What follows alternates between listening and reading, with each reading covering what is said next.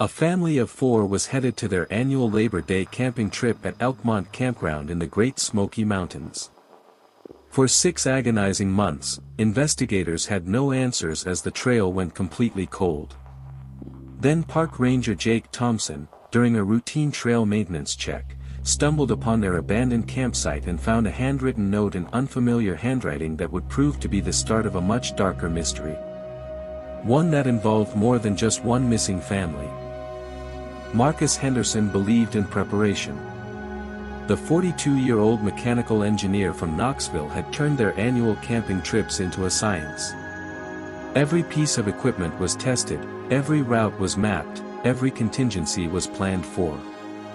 His wife Rebecca, a pediatric nurse at East Tennessee Children's Hospital, shared his attention to detail. She kept journals of every camping trip, documenting weather patterns, wildlife sightings, and the kids' favorite hiking spots. Their children had grown up on these mountain trails. 14-year-old Caleb could identify animal tracks and build a fire without matches.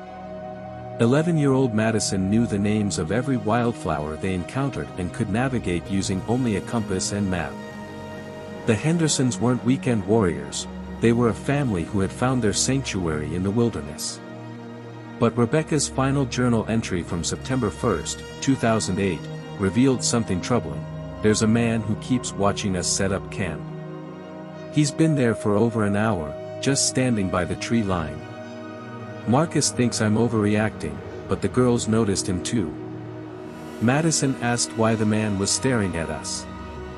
I don't have an answer.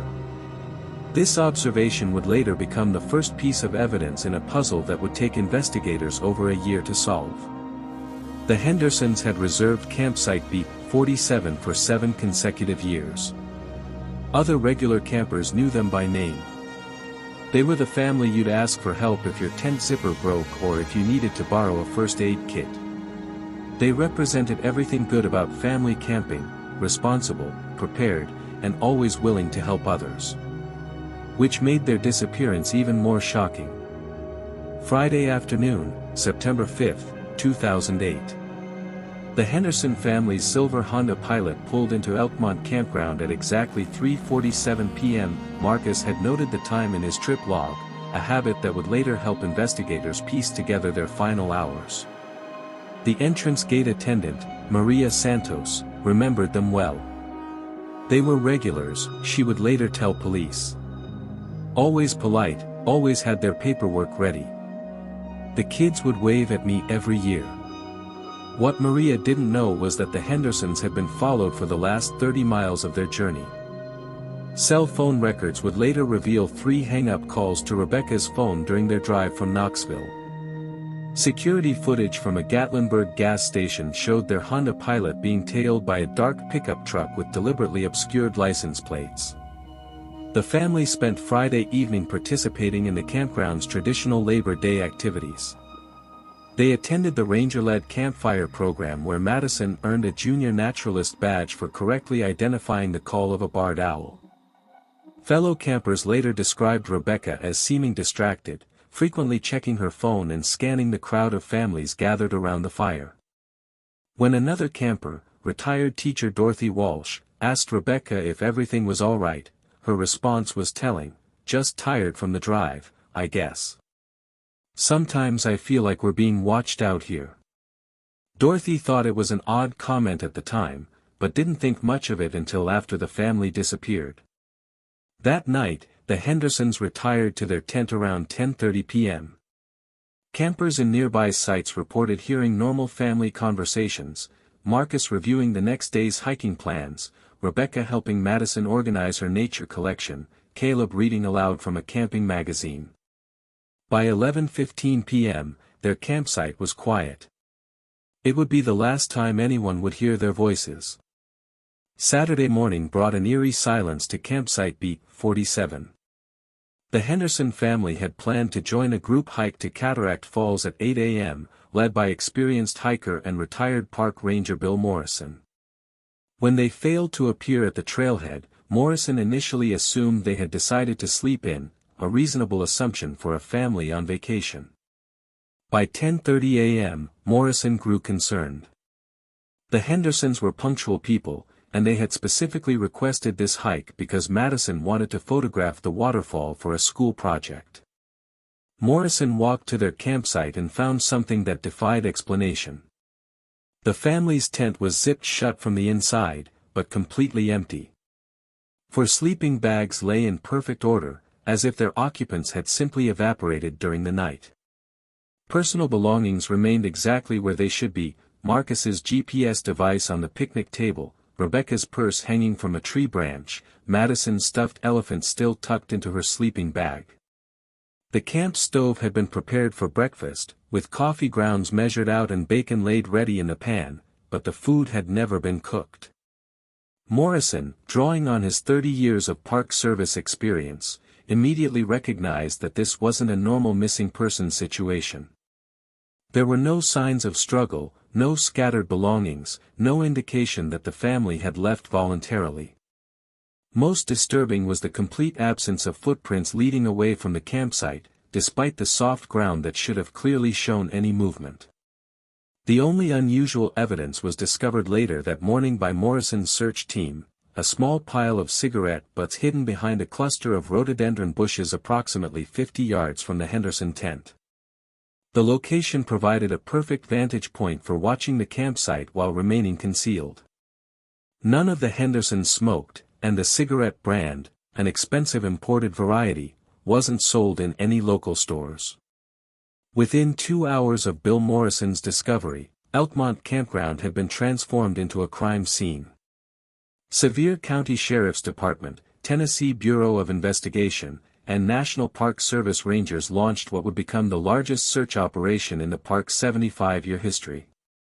Over 200 volunteers, including experienced mountain rescue teams, search dogs, and helicopter crews, combed through 50 square miles of wilderness.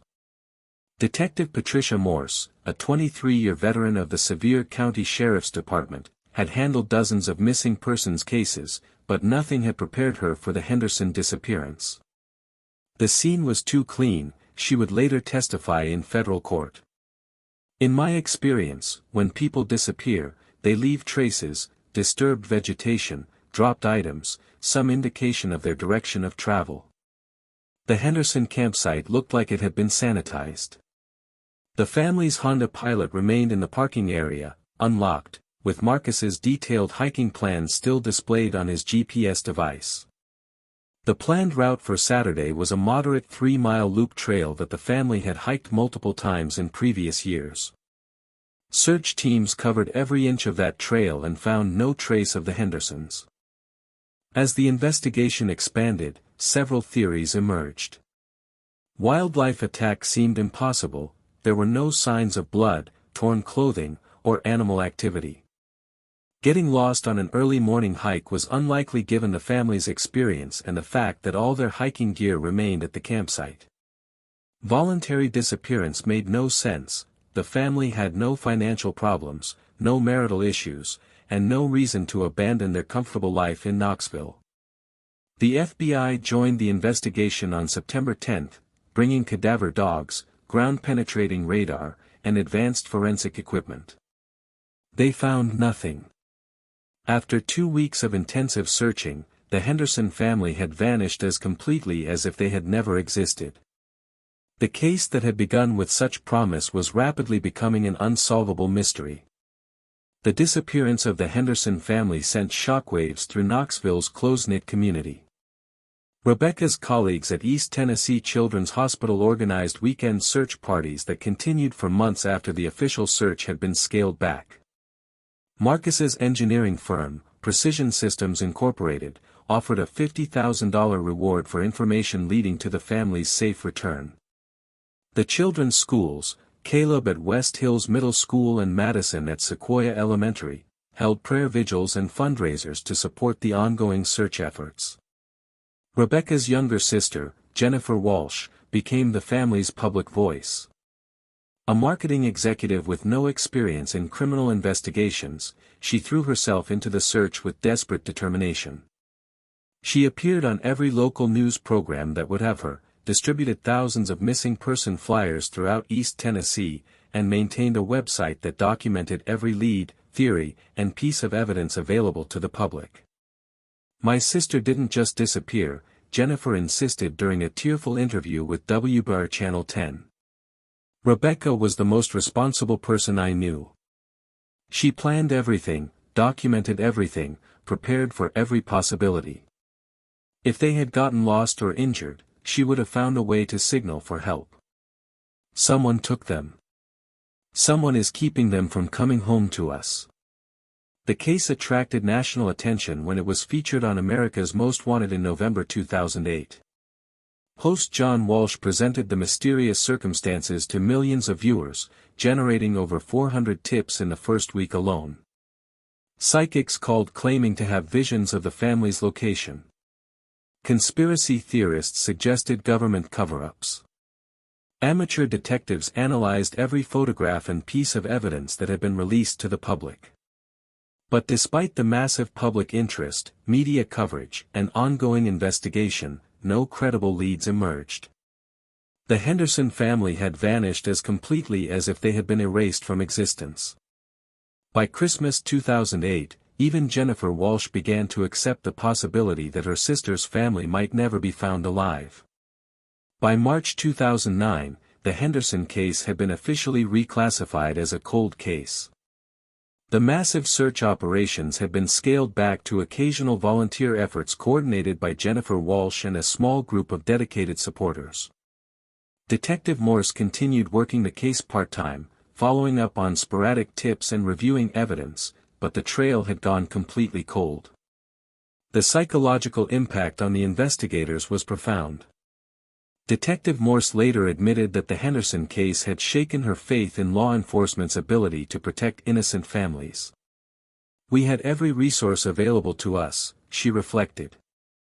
"Federal agents, advanced technology, hundreds of volunteers, unlimited overtime budget. And we found nothing. It was like the family had been lifted off the face of the earth." Elkmont Campground itself bore the scars of the investigation. Campsite B-47 remained closed, surrounded by faded yellow tape that fluttered in the mountain breeze like a memorial to the missing family. Other campers reported feeling uneasy in the area, and several families requested site changes to avoid camping near the location where the Hendersons had vanished. Park Ranger Jake Thompson, a 15-year veteran of the National Park Service, had been deeply affected by the case. He had been one of the first responders on September 6 and had participated in the initial search efforts. The complete lack of answers haunted his daily patrols. Thompson found himself repeatedly drawn to the abandoned campsite, hoping to spot some overlooked clue that might break the case open. "I kept thinking there had to be something we missed," Thompson later explained. "A family doesn't just disappear without leaving some trace. I must have walked through that campsite 100 times, looking for anything that might give us a lead." What Thompson didn't realize was that his persistence would soon pay off in a way that no one could have predicted. March 15, 2009, began as another routine day for Park Ranger Jake Thompson. He was conducting his monthly trail maintenance inspection, a mundane but necessary task that involved clearing debris from hiking paths and checking for storm damage. The winter had been particularly harsh, and several trails needed significant cleanup work. When Thompson reached the area near the abandoned Henderson campsite, something unusual caught his attention. Partially buried beneath 6 months of accumulated leaves and debris was a small piece of white paper, protected by what appeared to be a clear plastic bag. Thompson's heart began racing as he carefully extracted the package from its hiding place. What he found inside would change the course of the investigation forever. Written in careful block letters with black ink was a message that sent chills down Thompson's spine: the Hendersons were just the beginning. Check the records from 1987, 1994, and 2001. They've been covering this up for decades. Trust no one in uniform. A friend. Thompson's hands trembled as he read the message a second time, then a third. The implications were staggering. Not only did someone know what had happened to the Henderson family, but they were suggesting a pattern of disappearances spanning over 20 years. Even more disturbing was the warning about people in uniform, law enforcement officers and Park Service personnel who might be involved in the cover-up. Thompson immediately contacted Detective Morse, but something in his gut told him to photograph the note and make copies before turning it over to authorities. That decision would prove crucial as the investigation took an unexpected and dangerous turn. The anonymous tipster had chosen their messenger well. Thompson's reputation for integrity and his genuine concern for the Henderson family made him the perfect person to receive this explosive information. The note had been carefully placed where only someone conducting routine maintenance would find it, suggesting that the author had intimate knowledge of Park Service procedures. Whoever had left this message was taking an enormous risk to expose the truth, and they had waited 6 months to ensure that the initial investigation had run its course before revealing their information. Detective Morse's investigation into the years mentioned in the mysterious note revealed a disturbing pattern that had been hidden for over 2 decades. In August 1987, the Morrison family, David, 38, Linda, 35, and their teenage son Kevin, 16, had disappeared during what was supposed to be a week-long camping trip to Elkmont Campground. The similarities to the Henderson case were immediately apparent and deeply troubling. The Morrisons had been experienced campers who visited the same area annually. They had vanished without a trace, leaving behind all their belongings and no signs of struggle. Their campsite had been found in the same eerily pristine condition that would later characterize the Henderson disappearance. What made the Morrison case even more suspicious was the brevity of the official investigation. The lead investigator, Sheriff's Deputy William Garrett, had concluded his inquiry after only 2 weeks, citing lack of evidence and probable accidental death. His report was unusually brief, only 3 pages compared to the typical 20 to 30-page reports for missing persons cases of this magnitude. Deputy Garrett's investigation had been perfunctory at best. He had interviewed only a handful of witnesses, conducted minimal searches, and made no effort to follow up on several promising leads. Most disturbing was his conclusion that the family had likely gotten lost during an unauthorized night hike and had fallen victim to the treacherous mountain terrain, despite the fact that all their hiking gear had been found at their campsite. When Detective Morse attempted to contact retired Deputy Garrett for additional information about his investigation, she made a shocking discovery. Garrett had died in a single-vehicle car accident in November 1995, just 3 months after announcing his intention to write a book about unsolved cases from his career. The accident had occurred on a remote mountain road during clear weather conditions, and several witnesses had reported seeing another vehicle leaving the scene. Despite these reports, the accident had never been fully investigated. The 1994 case proved even more disturbing than the Morrison disappearance. Dr. Michael Chen, a prominent cardiovascular surgeon from Atlanta, had brought his wife Susan, a pediatric nurse, and their 2 young children, David, 8, and Lisa, 6, to Elkmont for a Memorial Day weekend camping trip. Dr. Chen was known for his meticulous planning and attention to safety. His medical colleagues described him as someone who prepared for every contingency, whether in the operating room or on family vacations. The idea that he would take unnecessary risks with his family's safety was completely out of character. The Chen family had last been seen on Friday evening, May 27, participating in a ranger-led nature walk. Fellow campers remembered Dr. Chen asking detailed questions about local wildlife and trail safety. Susan had been photographing wildflowers with the children, and both kids had been excited about earning junior ranger badges during their visit. By Sunday morning, May 29, their campsite was empty, but all their belongings remained undisturbed. The investigating officer was the same Deputy Garrett who had handled the Morrison case 7 years earlier. His approach to the Chen investigation was identical to his previous work: minimal effort, rushed conclusions, and a suspiciously brief report. Garrett had concluded that the family had likely gotten lost during an unauthorized night hike and had fallen victim to the treacherous mountain terrain. He made no effort to explain why experienced hikers would attempt a dangerous night hike with young children, or why they would leave all their safety equipment at the campsite. Most troubling was a detail buried deep in Garrett's report that he had apparently hoped no one would notice. A campground maintenance worker had reported seeing a Park Service vehicle near the Chin campsite at approximately 2 a.m. on Saturday morning. When questioned about this sighting, Garrett had noted that no Park Service personnel were scheduled to be in that area at that time, but he had made no effort to investigate further or identify the vehicle. The 2001 case completed a horrifying pattern that had been hidden in plain sight for over a decade. The Williams family, Robert, 45, Maria, 42, and their teenage daughter Ashley, 17, had vanished during Memorial Day weekend, exactly 7 years after the Chen family disappearance. By 2001, Deputy Garrett had been promoted to sheriff, giving him even more authority to control investigations and limit outside scrutiny. His handling of the Williams case followed the same template as his previous investigations: minimal search efforts, a rushed conclusion of accidental death, and a case file that was suspiciously thin for such a significant disappearance. Robert Williams had been a successful accountant who specialized in forensic auditing for major corporations. Maria worked as a high school guidance counselor and was known for her dedication to helping troubled students. Ashley was an honor student who planned to study environmental science in college.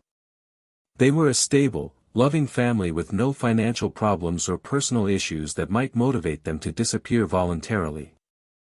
The Williams family had been regular visitors to Elkmont for over 5 years.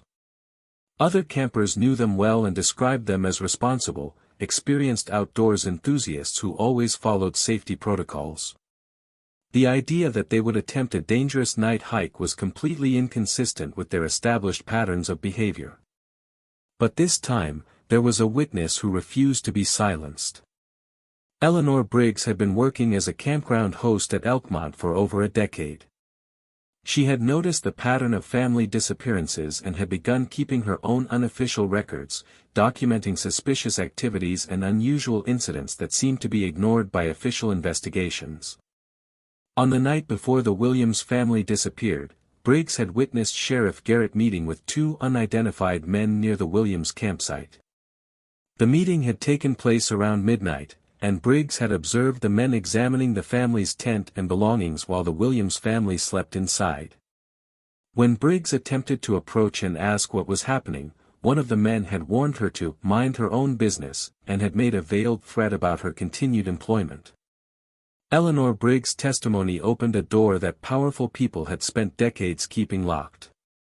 Her unofficial records, hidden in her home for over 8 years, revealed a network of corruption that reached deep into local law enforcement and Park Service administration. Sheriff Garrett hadn't been working alone.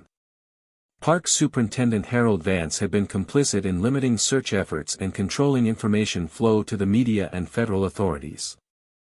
Deputy Chief Ranger Thomas Mitchell had falsified patrol logs and witness statements to support the official narrative of accidental deaths. Together, they had created an impenetrable wall of official silence around the disappearances. Briggs had documented numerous suspicious incidents over the years: unexplained meetings between park officials and unknown individuals, camping families being watched and followed, and evidence being removed from crime scenes before federal investigators could examine it. When she had attempted to report her observations to state authorities in 2001, she was told that Sheriff Garrett was handling all park-related investigations and that her concerns had been noted and filed. 3 days after making her report, Briggs received a visit from 2 deputies who informed her that her services as campground host were no longer needed. She was escorted from the park immediately and warned not to discuss any ongoing investigations with anyone. The message was clear: keep quiet or face consequences. But Briggs had been smart enough to keep copies of her records hidden at her home. When Detective Morse contacted her in 2009, Briggs finally felt safe enough to reveal what she had witnessed. Her testimony provided the missing pieces of a puzzle that federal investigators had been trying to solve for months. The corruption wasn't limited to covering up disappearances. Financial records uncovered by the FBI revealed large cash deposits to accounts controlled by Garrett, Vance, and Mitchell, deposits that coincided with each family's disappearance. The money was traced to a shell company registered in the Cayman Islands, but the ultimate source remained hidden behind layers of legal protection and international banking secrecy laws. As the federal investigation expanded under the direction of FBI Special Agent Maria Santos, a horrifying picture began to emerge. The Great Smoky Mountains, with their remote locations and limited law enforcement presence, had become a corridor for one of the most sophisticated human trafficking operations in U.S. history. The missing families hadn't been killed, they had been kidnapped and sold into modern slavery. The trafficking network specialized in acquiring high-value targets, educated, middle-class families whose skills could be exploited for various illegal operations. Unlike typical trafficking victims, these families were kept together and used as leverage against each other to ensure compliance. Dr. Chen's medical expertise had made him particularly valuable to the criminal organization. Intelligence gathered from rescued victims would later reveal that he had been forced to provide medical services to the trafficking network, treating injuries sustained during illegal activities and performing procedures to alter the appearance of wanted criminals. His family had been held as leverage to ensure his cooperation. The Morrison family's construction background had been exploited for building and maintaining the network's hidden facilities throughout the Appalachian region. David Morrison's expertise in electrical systems and Kevin's mechanical aptitude had been used to create sophisticated security systems and hidden compartments in legitimate businesses that served as fronts for trafficking operations. The Williams family's financial expertise had been crucial to the network's money laundering operations. Robert's forensic accounting skills had been used to create complex financial structures that hid the source and destination of millions of dollars in illegal profits. Maria's counseling background had been exploited to help condition other victims and break down their psychological resistance to captivity. The Henderson family had been targeted because of Marcus's engineering expertise and Rebecca's medical training. Their children would have been used as leverage to ensure their parents' compliance with the traffickers' demands. The family's predictable camping routine and their isolated campsite location had made them perfect targets for the network's recruitment operations. Armed with Eleanor Briggs' testimony, the mysterious note found by Ranger Thompson, and months of painstaking investigation, federal agents launched Operation Mountain Justice on June 15, 2009. The multi-agency task force included FBI, DEA, ATF, and Immigration and Customs Enforcement officers, supported by specialized rescue teams and medical personnel. The investigation had led agents to a network of hidden facilities throughout the Appalachian region. These weren't crude camps or makeshift prisons, but sophisticated operations designed to hold victims for extended periods while exploiting their skills and labor. The facilities were connected by a complex transportation network that used legitimate businesses, trucking companies, construction firms, and medical clinics, as cover for moving victims and laundering money. On July 15, 2009, agents executed simultaneous raids on 17 locations across Tennessee, Kentucky, and West Virginia. What they found exceeded their worst expectations and validated every fear that investigators had harbored about the scope of the trafficking operation. Over 200 victims were recovered during the raids, including members of families who had been missing for decades. Many victims had been moved multiple times between facilities and had lost hope of ever being rescued. The psychological conditioning they had endured was so complete that some initially refused to believe that their rescuers were legitimate law enforcement officers. Dr. Michael Chen was found at a facility disguised as a private medical clinic in rural Kentucky. He had been forced to provide medical services to the trafficking network for 15 years, treating everything from gunshot wounds to performing plastic surgery on criminals seeking to change their appearance. His wife Susan had died in captivity in 2003 during a failed escape attempt, but his children David and Lisa had survived and were recovered from a separate facility in West Virginia. The reunion between Dr. Chen and his now adult children was captured on video by FBI agents and later used in court proceedings. David, now 23, and Lisa, now 21, had spent their entire adult lives in captivity. They initially didn't recognize their father, who had aged dramatically during his years of forced labor and psychological abuse. The fate of the Henderson family remained unknown until the final phase of Operation Mountain Justice. Intelligence gathered from rescued victims led agents to a heavily fortified compound hidden in the remote mountains of eastern Tennessee, less than 100 miles from where the family had disappeared 11 months earlier. The compound was disguised as a legitimate construction and engineering firm, complete with proper business licenses and tax records. But behind the facade was a sophisticated prison designed to hold high-value victims whose skills were essential to the trafficking network's operations. Marcus Henderson was found alive but in critical condition. He had been forced to design and maintain security systems for the trafficking network's facilities throughout the region.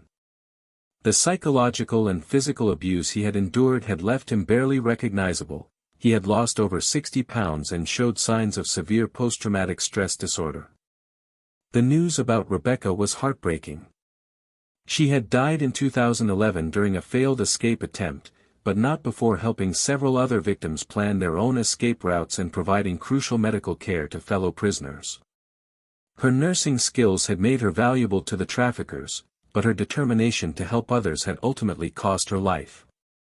The discovery of Caleb and Madison Henderson provided both hope and profound sadness. Now 25 and 22 years old, they had spent their entire adult lives in captivity. Caleb had been forced to work in construction and maintenance, using skills his father had taught him during their camping trips. Madison had been used for various forms of labor, including helping to care for younger victims who were brought into the network. Both siblings had been psychologically conditioned to believe that their parents were dead and that escape was impossible. They had been told that law enforcement was corrupt and that any attempt to seek help would result in their deaths. The reunion between Marcus and his children was captured on video by FBI agents and later used in court proceedings to demonstrate the devastating impact of long-term captivity on family relationships. Marcus initially didn't recognize his own children, and they were afraid to believe that their father was really alive. The footage showed the slow, painful process of a family trying to reconnect after over a decade of separation and trauma. It would take months of therapy and support before they could begin to rebuild their relationships and trust each other again. The trials that followed Operation Mountain Justice became some of the most significant human trafficking prosecutions in United States history. The evidence collected during the investigation filled over 10,000 pages and included testimony from more than 200 victims and witnesses. Sheriff William Garrett, who had died in 1995, was posthumously identified as the founding member of the conspiracy. His death had not been accidental. He had been murdered by his own criminal partners when he threatened to expose the operation in exchange for immunity from prosecution.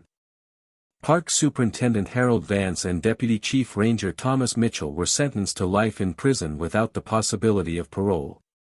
Their testimony, given in exchange for avoiding the death penalty, revealed the full scope of the trafficking network and led to additional arrests throughout the southeastern United States. Over 50 individuals were convicted in connection with the trafficking network, including corrupt law enforcement officers, Park Service employees, private contractors, and criminal organization leaders. The sentences ranged from 25 years to life imprisonment, and asset forfeiture proceedings recovered over $200 million in illegal profits. The Henderson family's recovery was slow and extraordinarily difficult. Marcus required extensive medical treatment for malnutrition, untreated injuries, and severe psychological trauma. Caleb and Madison faced the overwhelming challenge of adapting to a world that had changed dramatically during their captivity. They had missed the entire digital revolution and struggled with basic technologies that most people took for granted. The family chose to relocate to a different state and maintain their privacy as they worked to rebuild their lives with the help of specialized therapists and support groups for trafficking survivors. Marcus was unable to return to his engineering career due to his psychological injuries, but he found purpose in working with victim advocacy organizations. Eleanor Briggs was recognized as a hero for her courage in preserving evidence and speaking out despite threats to her safety.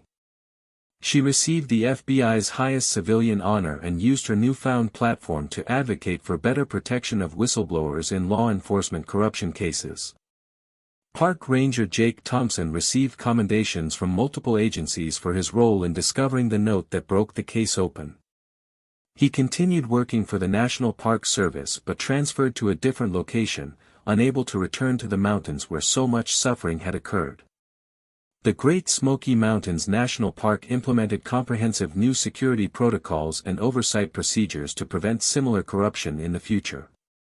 Campsite B-47 at Elkmont Campground was permanently closed and converted into a memorial garden for all victims of human trafficking.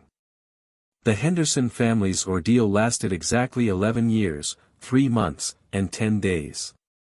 Their rescue marked the end of a trafficking operation that had destroyed dozens of families and generated millions of dollars in illegal profits over more than 2 decades. Today, Marcus, Caleb, and Madison Henderson are slowly rebuilding their lives. They rarely speak publicly about their experience, but their survival stands as a testament to the human spirit's ability to endure unimaginable hardship. Their story reminds us that evil can hide behind badges and uniforms, that corruption can flourish in our most trusted institutions, and that ordinary people have the power to expose the truth when they refuse to remain silent.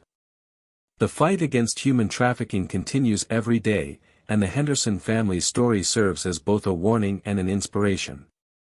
It shows us that justice is possible, even when it takes years to achieve, and that the courage of individuals like Eleanor Briggs and Jake Thompson